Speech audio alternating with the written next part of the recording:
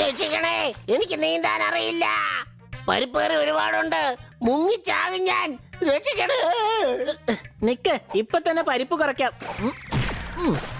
എടാ വിവരദോഷി, പരിപ്പ് കളയാതെ സ്പൈഡറിനെ പുറത്തിറക്കാൻ നോക്ക്. സംശയമുണ്ടോ? അമ്മേ, ഇനിയാണ് യുദ്ധം. ഒന്നിനെയും വെറുതെ വിടില്ല ഞാൻ. ആഹാ.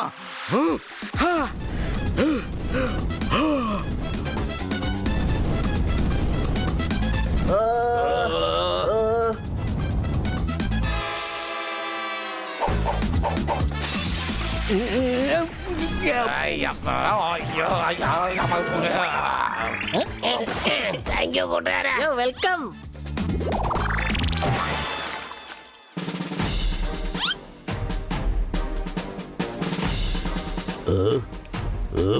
ഈ കുശാലിന്റെ മുഖത്ത് പരിപ്പ് കയറിയോ?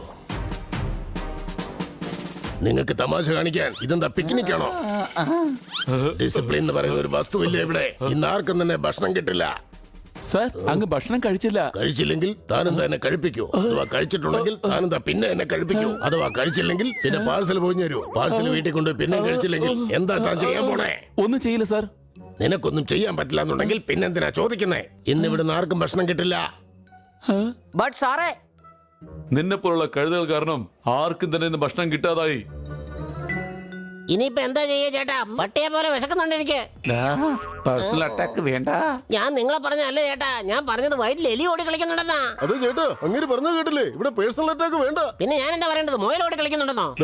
സൂക്ഷിച്ച് സംസാരിക്കണം. അല്ല പിന്നെ എന്റെ ഭായ്, നീ തത്ത ഓടി കളിക്കുന്നു പറഞ്ഞാലും ഞാനത് മൈൻഡ് ചെയ്യില്ല. ഇതെല്ലാം സണ്ണി കാരണം ഉണ്ടായത്. ഇന്ന് രാത്രി സണ്ണി ഒരു പാഠം പഠിപ്പിക്കണം. ഗൂസ്, എനിക്ക് നിന്റെ സഹായം ആവശ്യമായി വരും. ഓക്കെ ചേട്ടാ.